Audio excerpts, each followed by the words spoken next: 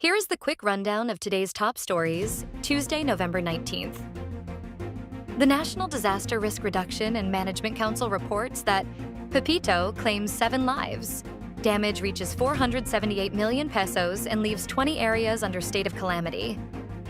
The National Disaster Risk Reduction and Management Council, or NDRRMC, confirmed on Tuesday, November 19th that Super Typhoon Pepito has killed 7 people in Nueva Vizcaya, collapsing the government's target of having 0 casualty amid a string of powerful storms striking the country. Combined damage to agriculture and infrastructure was also estimated to have reached 478 million pesos, as a state of calamity was declared in 20 areas. These include 6 municipalities in Quezon Province and 2 in Isabela, all of which are in Cagayan Valley, the municipality of Dilasag in Aurora Province in central Luzon, 10 towns in Mountain Province, as well as Aguinaldo Town in Ifugao, which are all in Cordillera Administrative Region. PAGASA announced that the Amihan season could set in by November 20th or 21st. The Philippine Atmospheric, Geophysical, and Astronomical Services Administration said the Northeast Monsoon, or Amihan season, may arrive in the Philippines by Wednesday or Thursday, November 20th or 21st, ushering in cooler temperatures across the country over the coming months. In a public weather forecast on Tuesday, November 19th, PAGASA weather specialist Benison Estareja said the Amihan is a cold wind from mainland Asia, usually prevailing from November to March and reaching its peak from December to February. He added that the effects of the Amihan could be felt across most of Luzon, Visayas, and parts of Mindanao. Romualdez highlights Philippine collaboration with top rice exporter Cambodia. The Philippines intends to collaborate with Cambodia to ensure rice supply for Filipinos, says House Speaker Martin Romualdez, who is visiting the neighboring country.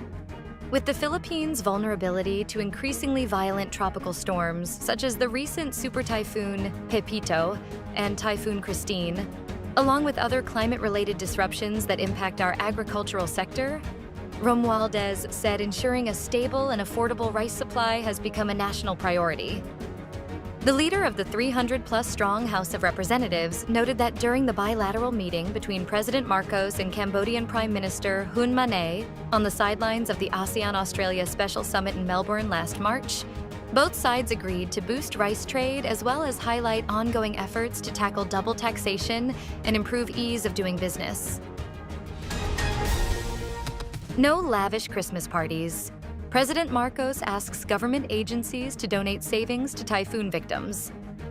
The Malacañang on Tuesday, November 19th, urged government agencies to do away with extravagant Christmas parties amid the lives lost to and damages brought by the successive typhoons that hit the country.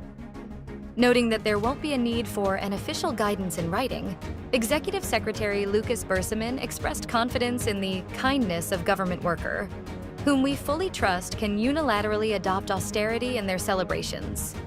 In part, the official assured that the government will make sure that the Christmas spirit will still be felt in the typhoon-hit communities through the timely delivery of relief goods and assistance. Department of Foreign Affairs Chief is off to Italy for Group of 7 ministerial meeting. Foreign Affairs Secretary Enrique Manalo left Manila for Italy on Tuesday, November 19th, to attend the Group of 7 or G7 ministerial meeting that will take place next week. Manalo is expected to engage with his counterparts from Italy, Canada, France, Germany, Japan, the United Kingdom, and the United States to talk about regional security in the Indo-Pacific, as he is set to meet them from November 25th to 26th. Manalo's visit there comes upon the invitation of Italian Foreign Minister Antonio Tajani, whose country is holding the rotating G7 presidency this year. G20 summit calls for more aid to Gaza and put an end to war in Ukraine. Leaders of the world's 20 major economies called for a global pact to combat hunger, more aid for war-torn Gaza, and an end to hostilities in the Mideast and Ukraine, issuing a joint declaration Monday that was heavy on generalities, but short of details on how to accomplish those goals. The joint statement was endorsed by group members but fell short of complete unanimity. It also called for a future global tax on billionaires, and for reforms allowing the eventual expansion of the United Nations Security Council beyond its 5 current permanent members. A makeshift memorial grows in Ukraine's capital after 1,000 days of war.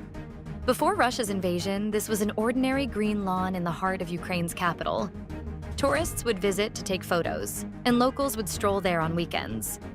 But 1,000 days of war have transformed it into a makeshift memorial, dotted with blue and yellow flags, each honoring a soldier who died fighting Russia.